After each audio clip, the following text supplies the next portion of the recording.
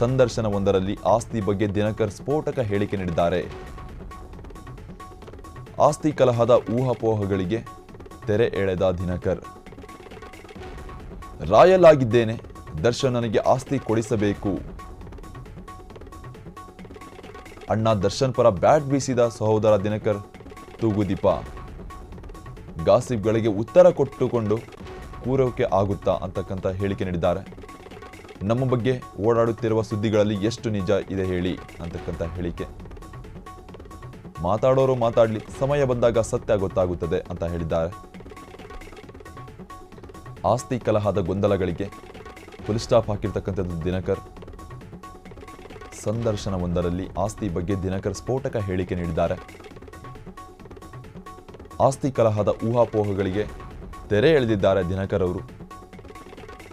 Royal ಆಗಿದ್ದೇನೆ, ದರ್ಶನ್ ನನಗೆ ಆಸ್ತಿ ಕೊಡಿಸಬೇಕು. ಅಣ್ಣ ದರ್ಶನ್ ಪರ ಬ್ಯಾಟ್ ಬೀಸಿದ್ದಾರೆ ಸಹೋದರ ದಿನಕರ್ ತೂಗುದೀಪ. ಗಾಸಿಪ್ಗಳಿಗೆ ಉತ್ತರ ಕೊಟ್ಕೊಂಡು ಇರಕ್ಕಾಗೋದಿಲ್ಲ. ನಮ್ಮ ಬಗ್ಗೆ ಓಡಾಡುತ್ತಿರುವ ಸುದ್ದಿಗಳಲ್ಲಿ ಎಷ್ಟು ನಿಜ ಇದೆ ಹೇಳಿ ಅಂತಕ್ಕಂಥ ಹೇಳಿಕೆ ನೀಡಿದ್ದಾರೆ.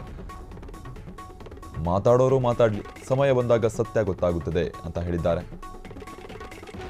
ಆಸ್ತಿ ಕಲಹದ ಗೊಂದಲಗಳಿಗೆ ಫುಲ್ ಸ್ಟಾಪ್ ಹಾಕಿದ್ದಾರೆ ದಿನಕರ್ ಅವರು. ಸಂದರ್ಶನವೊಂದರಲ್ಲಿ ಆಸ್ತಿ ಬಗ್ಗೆ ದಿನಕರ್ ಸ್ಫೋಟಕ ಹೇಳಿಕೆ ನೀಡಿದ್ದಾರೆ.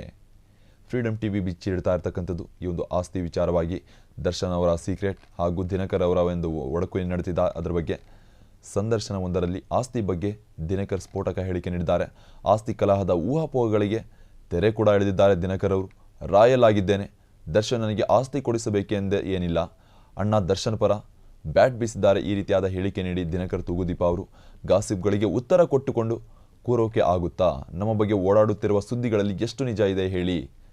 ಮಾತಾಡೋರು ಮಾತಾಡಲಿ, ಸಮಯ ಬಂದಾಗ ಸತ್ಯ ಗೊತ್ತಾಗುತ್ತದೆ ಅಂತ ಹೇಳಿಕೊಂಡಿದ್ದಾರೆ ದಿನಕರ್ ತೂಗುದೀಪ ಅವರು.